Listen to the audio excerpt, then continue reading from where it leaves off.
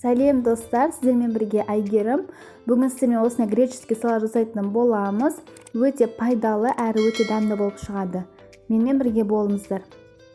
Бізге керегі қияр, салаттың жасыл жапырағы, қызанақ, сары бұрыш, зәйтүн майы, маслины, фета сыры және де пияз керек болады.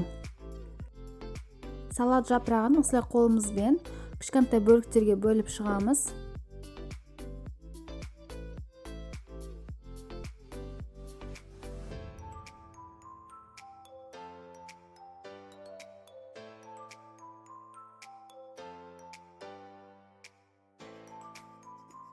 Енді қиярымызды да кішірек бөліктерге турап шығамыз.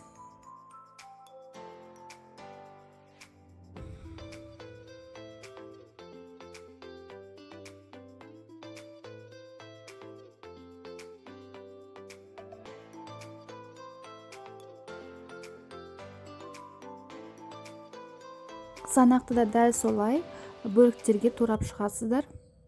Және де қиярдың үстіне орналастырып шығамыз.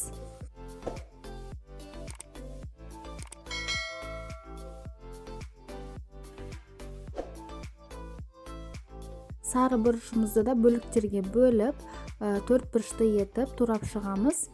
Және де қызанақтың үстіне орналастырып шығамыз.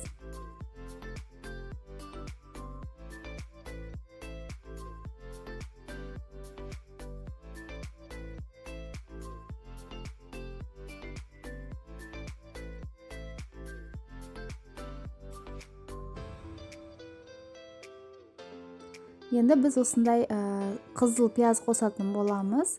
Осындай жіңішке етіп турап шығыңыздар.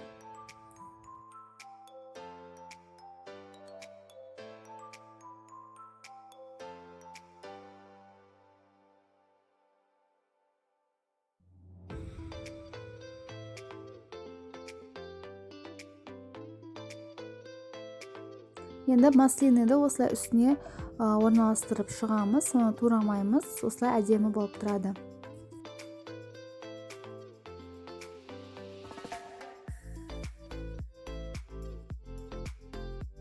Енді фета сырымызды алып, оны да төрт бұрышты кубиктарға турап шығамыз.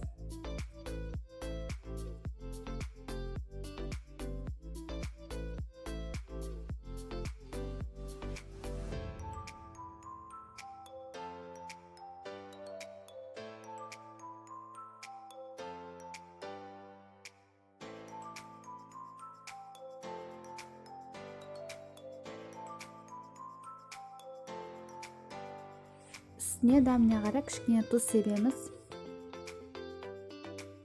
Ұсынар алдында осыны зәйтүн майын қосасыздар, ерекше дәмді болып шығады. Біздің салатымыз дайын достар. Өте дәмді әрі пайдалы болып шығады.